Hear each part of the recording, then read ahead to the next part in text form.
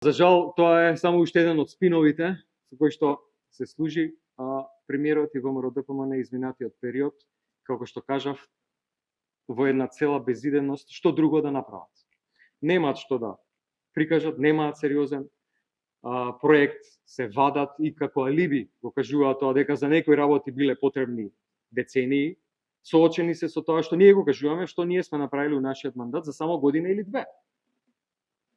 И ако ние сме можеле за 2 години да ги зголемиме платите на лекарите, да почне зголемувањето на минималната плата која до крајот на мандатот е дуплирана, платите на докторите до крајот на мандатот за 2,5 пати некаде зголемени, ако сме можеле за само 2 години од мандатот социјалната помош да зголемиме за 300%, ако сме можеле за само 2 години да ги решиме 30 годишните отворени прашања со стечајците, тие да се целосно обештетени, зошто тогаш ВМРО-ДПМН бара некакво алиби за тоа дека за некои работи требале децении? Не е тоа вистината. Вистината е дека немаат ниту капацитет, ниту волја, ниту визија како да ја водат државата напред. И во таква ситуација се што прават спинуваат. Куфери со пари, предаства, поделба на граѓаните. И тоа е нешто што го прават во континуитет, тоа не е нешто ново. Тие исто како и ланската кампања и сега ја тераат кампањата. Ама сега водат државата, имаат одговорности, мора да покажат резултати.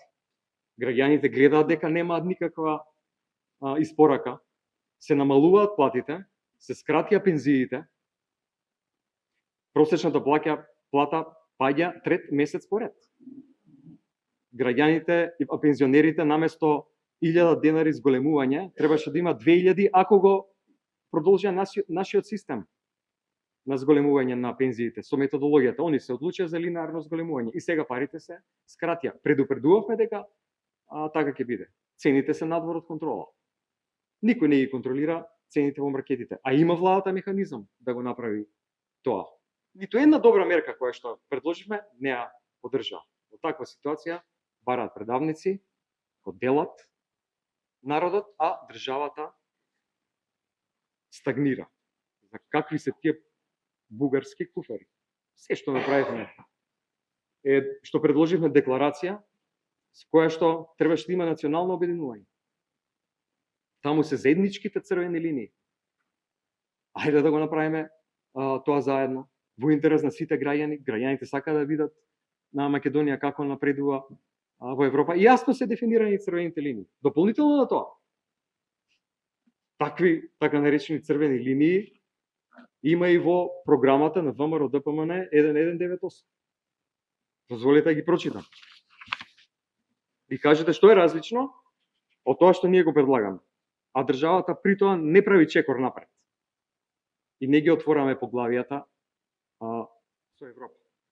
Во програмата 1198 на страна 153 македонскиот многовековен идентитет, јазик, посебност, култура, обичаи, традиции и херои не смее да бидат дел од било какви политички преговори. Секој обид за отворена дискусија за билатерални, мултилатерални прашања на политички план околу идентитетски прашања и карактеристики на македонскиот народ ја оспорува македонската самобитност и единственост. Што е разликата? Што е разликата? Се тоа што го кажувате само еден голем спин.